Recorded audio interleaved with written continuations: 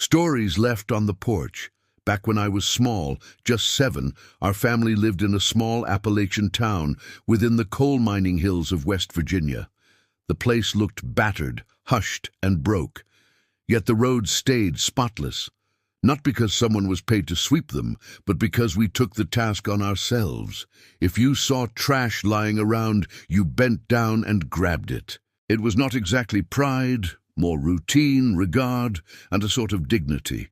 I preferred to walk. The roads felt safe, and the sun and air felt better than walls and roofs. The town felt tiny, and some houses sat vacant. One of them held an elderly man who lingered on his porch. Every so often, he'd call my name as I wandered by.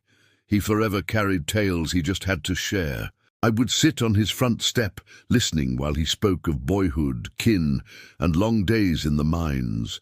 He rambled about the soil, the neighbors, things from distant years.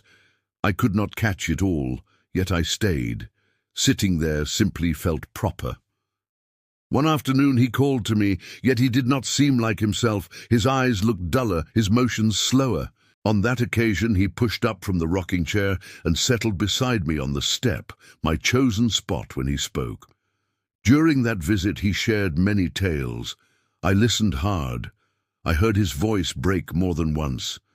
They were stories of his family, of the coal mines, of things buried deep in time and memory.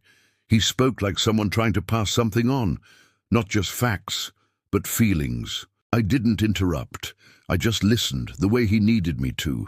As the afternoon drifted on, he rose, glanced down at me, and in a hushed voice murmured, "Thank you. Thanks for hearing an old man's tales. There is nothing lonelier than holding tales inside when no ear wishes to receive them." He disappeared. Maybe he died. Maybe the adults around me didn't know how to tell me, or didn't think I needed to know. But I felt it. I felt the absence like a door closing. I've carried his stories ever since. I've shared stories here not knowing who might read them, or if anyone will. That's always been the nature of storytelling, casting memory into the wind and trusting it might land somewhere soft. Some will pass by, some may pause, and maybe someone will carry a piece of it with them. I've written not for applause, but for presence, for the old man on the porch, for the fox at the edge of the forest, for the graves marked with flowers, for the child who walked safely through the streets and listened to birds, and for myself, because memory deserves to be spoken aloud, even if only once. If you've read this, thank you. If you've felt something even quietly, I'm grateful, because there's nothing worse than having stories to tell and no one who wants to hear them.